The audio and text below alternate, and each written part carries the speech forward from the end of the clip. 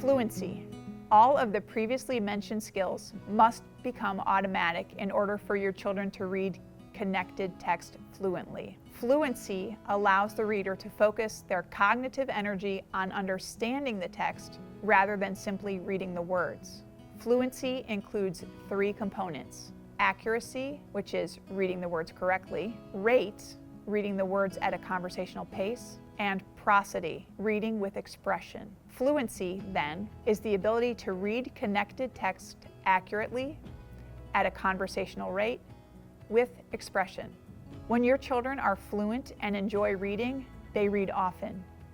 The more they practice, the better they get. Children who struggle with fluency read slowly and laboriously. They may struggle with decoding words, they may not use punctuation correctly, and they often lack expression.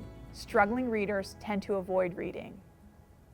The result is they don't get the reading practice they need to improve, and the skills gap between readers and struggling readers gets larger, and they fall behind their peers. Repeated reading, reading the same passage several times over, can help your children if they struggle with fluency. If you're having your children do this, provide them with feedback when first reading the passage to be sure they know the words and the phrasing. You might even want to read it out loud to them to model phrasing and expression. Vocabulary. Your children's vocabulary develops over time through their experiences and exposure to words.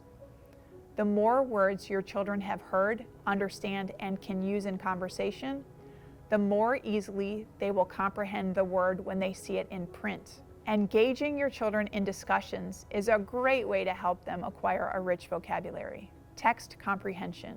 Text comprehension refers to a child's ability to read and understand text. But text comprehension can get a start prior to students being able to read fluently by having students listen to texts read aloud. Some strategies that can be used to help students understand text include using metacognitive strategies, or helping them think about their thinking, like setting a purpose for reading, monitoring for meaning, and building inferences while reading. You can also discuss texts, including focusing on their organizational structures and how those structures help organize the information. I had a 5th grade student a couple of years ago who was a struggling reader. He had been receiving extra supports here in school through 3rd, 4th, and 5th grades, and he was growing, but when compared to his peers, a large gap still remained, and it didn't seem to be closing. It's very difficult to close gaps for children once they're created, because better readers read more and get even better. So here he was, coming to the end of 5th grade, and he was taking end of the year assessments. His reading assessment had 2 parts, and on the first part, he scored a nearly perfect score.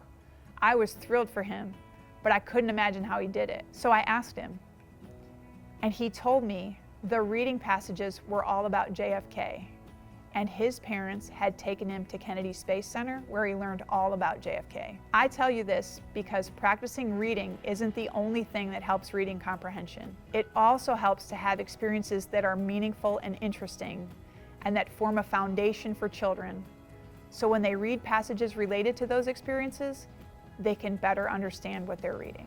Text complexity increases as a child's grade level increases.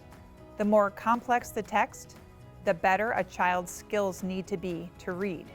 The more practice a child has with reading, the more skilled they become. The most important skill a child needs as they progress through grades and complex texts is the ability to know when they don't know or don't understand a word, and how to make meaning.